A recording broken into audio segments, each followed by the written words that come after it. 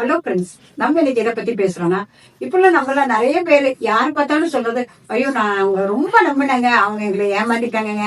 ஐயோ நான் அவங்கள ரொம்ப என்ன சொல்றது மலை போல நம்பினாங்க, கரெக்டான நேரத்துல என்னை ரொம்பவே எங்களை ஏமாத்திட்டாங்க அப்படிங்கிறது. மனுஷங்க ஐயோ மனுஷங்க ரொம்ப ஏமாத்துறாங்கிறதுல ரொம்ப மனசு உடைச்சு நிறைய பேர் பேசுறாங்க. ஆனா என்னை பொறுத்த வரைக்கும் நான் என்ன சொல்றேன்னா, அந்த ஏமாத்துறாங்களோ இல்ல உங்களை ஏதாவது ஒரு காரியத்தினால அவங்கனால நீங்க துவண்டு போனாலும், நான் ஒண்ணுதான் நினைக்கிறேன். என்னன்னா, அவங்க ஏமாத்தும் போது நீங்க அந்த ஒரே நேரத்துல நம்ம எந்த இடத்துல அவங்க நம்மளை விட்டுட்டு போறாங்களோ இல்ல நம்ம ஏமாத்திட்டு போறாங்களோ அப்படிங்கும்போது நீங்க அதே இடத்துல நீங்க நிக்கும் போது அது ரொம்ப பெயின்ஃபுல்லா தான் இருக்கும். ஆனா நீங்களே நினைச்சு பாருங்க, நிறைய பேர் சொல்லுவாங்க, ஐயோ அந்த அன்னைக்கு எனக்கு அது ரொம்ப ஒரு பெரிய ஃபீலா இருந்துச்சுங்க அப்படின்னு.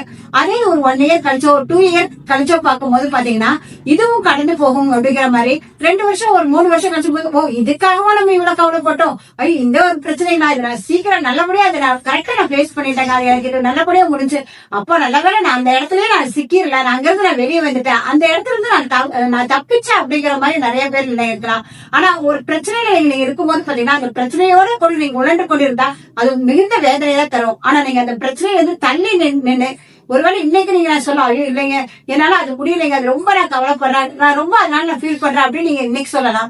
ஆனா கிராஸ் பண்ணி வந்தவங்க எல்லாருமே, நீங்களே உங்க லைஃப்ல நிறைய ப்ராப்ளம் வந்திருக்கு, அதெல்லாம் நீங்க கிராஸ் பண்ணி வந்திருப்பீங்க.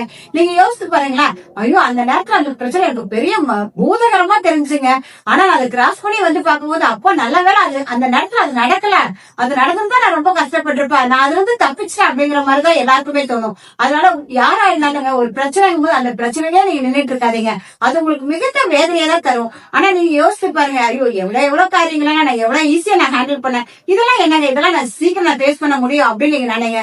மன உறுதியும் ரொம்ப நம்மளோட தைரியம் தான் ரொம்ப முக்கியங்க. யார் என்ன அவமானப்படுத்தினாலும் அவமானத்தை நம்ம என்னைக்கு நம்ம அதை வெற்றி படிக்கிறதுல மாற்றமோ அன்னைக்கு நம்ம கண்டிப்பா பாருங்க ஜெயிச்சவங்க எல்லாருமே ஒரு அவமானம், ஒரு ஏமாற்றம், ஒரு வெக்கம் அதெல்லாம் இருந்து பார்க்கும்போது அதெல்லாம் அந்த அன்னைக்கு பார்க்கும்போது ரொம்ப இருக்கும். ஆனா அதுல இருந்து நம்ம எல்லாரும் வெற்றி அடைந்து நம்ம வந்து பார்க்கும்போது, அப்பா இவங்களாம் இந்த பிரச்சனைகளா இதெல்லாம் நான் இவ்வளவுதான் ஈஸியா ஹேண்டில் பண்ணிட்டேன் அப்படின்னு சொல்லி நம்ம மிகுந்த சந்தோஷமா இருக்கும். அதனால என்னங்க ரொம்ப நம்மளே துக்கத்தோடயோ இல்ல கண்ணீரோடயோ ஐயோ ஐயோ அப்படின்னு அழுதுட்டு இருக்காங்க, கண்டிப்பா ஃபேஸ் பண்ணுங்க. ஏன்னா கண்டிப்பா ஆண்டவர்கள் ஒருத்தர் இருக்கிறாரு, அவர் நம்ம கண்டிப்பா எல்லா இடத்துலயும் நம்ம ஜெயிக்க வைப்பாருன்னு நம்புங்க.